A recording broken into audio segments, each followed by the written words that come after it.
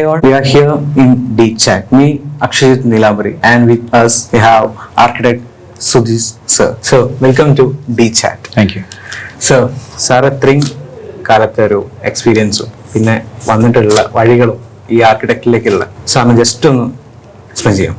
Okay, ഞാൻ actually architecture BArch complete ചെയ്യുന്ന 2008 2008 architecture complete ചെയ്തതിന് ശേഷം ഒന്ന് രണ്ട് ആർക്കിടെക്ചർ ഫേംസിൽ ഞാൻ പ്രാക്ടീസ് ചെയ്തു ലെസ് ദാൻ 2 years.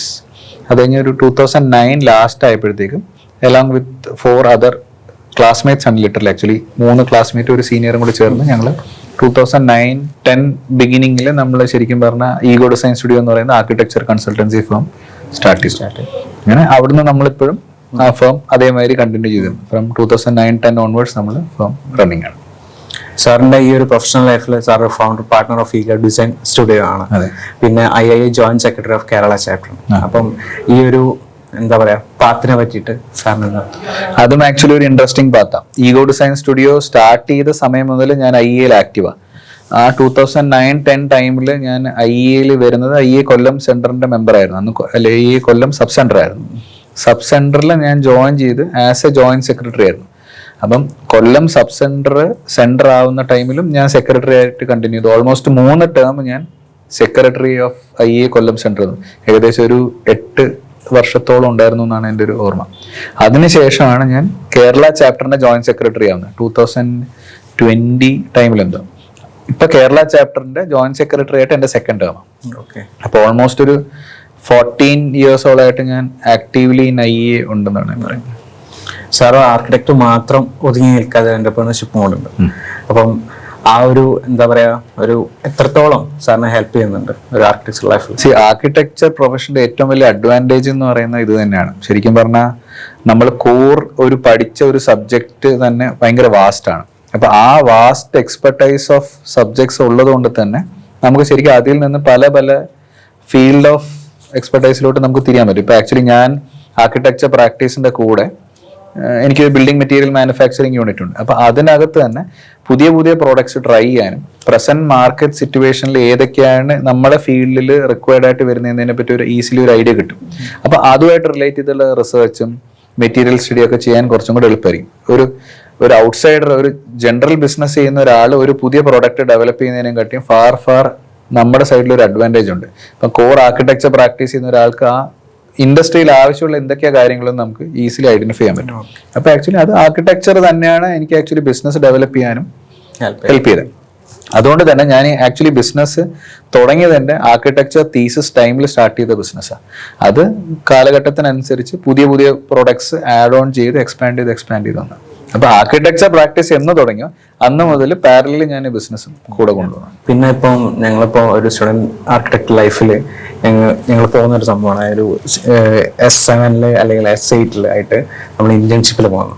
അത് നമ്മളെ ഈ ഒരു പ്രൊഫഷണൽ ലൈഫിൽ എത്രത്തോളം ഹെൽപ്ഫുൾ ആകും? S7 എന്ന് പറയുമ്പോൾ ശരിക്കും പറഞ്ഞാൽ നിങ്ങളുടെ ആർക്കിടെക്ചറിന്റെ 2/3 ഓഫ് അക്കാഡമിക്സ് പാർട്ട് കഴിഞ്ഞ് ലാസ്റ്റ് സ്റ്റേജിലാണ് നമുക്ക് ആർക്കിടെക്ചർ ഇന്റേൺഷിപ്പ് വരുന്നത്. ദെൻ തീസിസ്, അത്രേ ഉള്ളൂ നമ്മുടെ ആർക്കിടെക്ചർ കരിക്കുലത്തിൽ വരുന്നത്.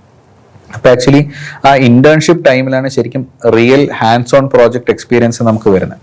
അപ്പം റിയൽ ഹാൻഡ്സ് ഓൺ പ്രോജക്ട്സ് എക്സ്പീരിയൻസും ആക്ച്വൽ ക്ലയന്റുമായിട്ട് ഇന്ററാക്ട് ചെയ്യുന്ന ഒരു പോയിന്റ് വരുമ്പോഴാണ് ശരിക്കും ആഫ്റ്റർ അക്കാഡമിക്സ് നമ്മൾ പ്രാക്ടീസിലോട്ട് ഇറങ്ങുന്ന സമയത്ത് എങ്ങനെയാണ് ശരിക്കും റിയൽ പ്രോജക്ട്സ് ഹാൻഡിൽ ചെയ്യുന്നതെന്ന് ശരിക്കും നമ്മൾ പഠിക്കുന്നു.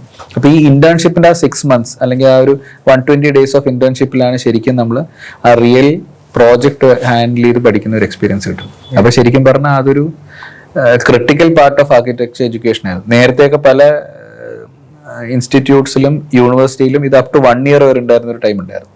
അപ്പൊ അത് എത്രത്തോളം ലോങ്ങർ ഡ്യൂറേഷന്റെ ഇന്റേൺഷിപ്പാണ് അത്രത്തോളം നല്ലതായിട്ടാണ് എനിക്ക് തോന്നിയിട്ടുള്ളത്. പിന്നെ ഇപ്പം സാറിന്റെ ഇത്രയും ലൈഫ് എക്സ്പീരിയൻസിൽ നമ്മളെ ഓഡിയൻസിനോട് സാറിന് എന്താ പറയാനുള്ളത്? ഒരു സ്റ്റുഡന്റ് ആർക്കിടെക്ട്സ് ഉണ്ടാവും, ഇപ്പം പ്രൊഫഷണൽസ് ഉണ്ടാവും, പിന്നെ സാധാരണ സോഷ്യൽ ആൾക്കാരും ഉണ്ട്. അപ്പൊ അവരോട് വേണ്ടി നമുക്ക് ഓഡിയൻസിന് എന്താ പറയുക? സ്റ്റുഡൻസിന്റെ അടുത്ത് പറയുകയാണെങ്കിൽ ആർക്കിടെക്ചറിനുമാതിരി ഫ്ലെക്സിബിൾ ആയിട്ടുള്ള വേറെ ഒരു പ്രൊഫഷൻ ഉണ്ടോ എന്നൊരു സംശയമാണ്. കാരണം BArch അല്ലെങ്കിൽ ആർക്കിടെക്ചർ കോഴ്സ് കഴിഞ്ഞ് ഓരോ ഫീൽഡ് ഓഫ് പ്രാക്ടീസിൽ പോയ ആൾക്കാർ നോക്കിയാൽ സിനിമ ആയാലും ശരി ബിസിനസ് ആയാലും ശരി core architecture practice, product development, product designs, അങ്ങനെ മൾട്ടിപ്പിൾ ഓപ്പർച്യൂണിറ്റീസ് ഉള്ള ഒരു ബേസ് കോഴ്സ് ആയിട്ട് തന്നെ നമുക്ക് ആർക്കിടെക്ചറിനെ കൂട്ടാം. അത് ആർക്കിടെക്ചർ സ്റ്റുഡൻസിൻ്റെ അടുത്ത് പറയുന്ന ഒരു main advantage of architecture education തന്നെയാണ്. പിന്നെ നമ്മൾ ജനറൽ പബ്ലിക്കിൻ്റെ അടുത്ത് പറയുമ്പോൾ ഇത്രയും ഇൻറ്റൻസ് ആയിട്ട് ഒരു കോഴ്സ് ചെയ്ത് വരുന്ന ഒരു ഗ്രാജുവേറ്റ് വേറെ എൻ്റെ അറിവിലില്ല. ആക്ച്വലി ജനറൽ ഏത് ആർക്കിടെക്ചർ സ്റ്റുഡൻറ്റും ഈ 5 വർഷം പഠിച്ച് പ്രാക്ടീസ് ചെയ്ത് വരുന്ന ഒരു റിഗറസ് പ്രോസസ്സാണ്. അപ്പം അതിൻ്റെതായ ഒരു ക്വാളിറ്റി എപ്പോഴും ഒരു ആർക്കിടെക്ചർ ഗ്രാജുവേറ്റിനുണ്ടാവും. അപ്പം അവർ ചെയ്യുന്ന ഡിസൈൻ ഇൻപുട്ടും ഇപ്പോൾ ഒരു ക്ലയൻറ്റിൻ്റെ അടുത്ത് കൊടുക്കുന്ന ഒരു ഡിസൈൻ സൊല്യൂഷനും അത്രയും ബെറ്റർ ആയിരിക്കും എന്നാണ് ജനറൽ പബ്ലിക് വിശ്വസിക്കേണ്ട ഒരു കാര്യം. ഓക്കെ സാർ, നമുക്ക് മെല്ലെ കൺക്ലൂഡ് ചെയ്യാം. Yes, thank you.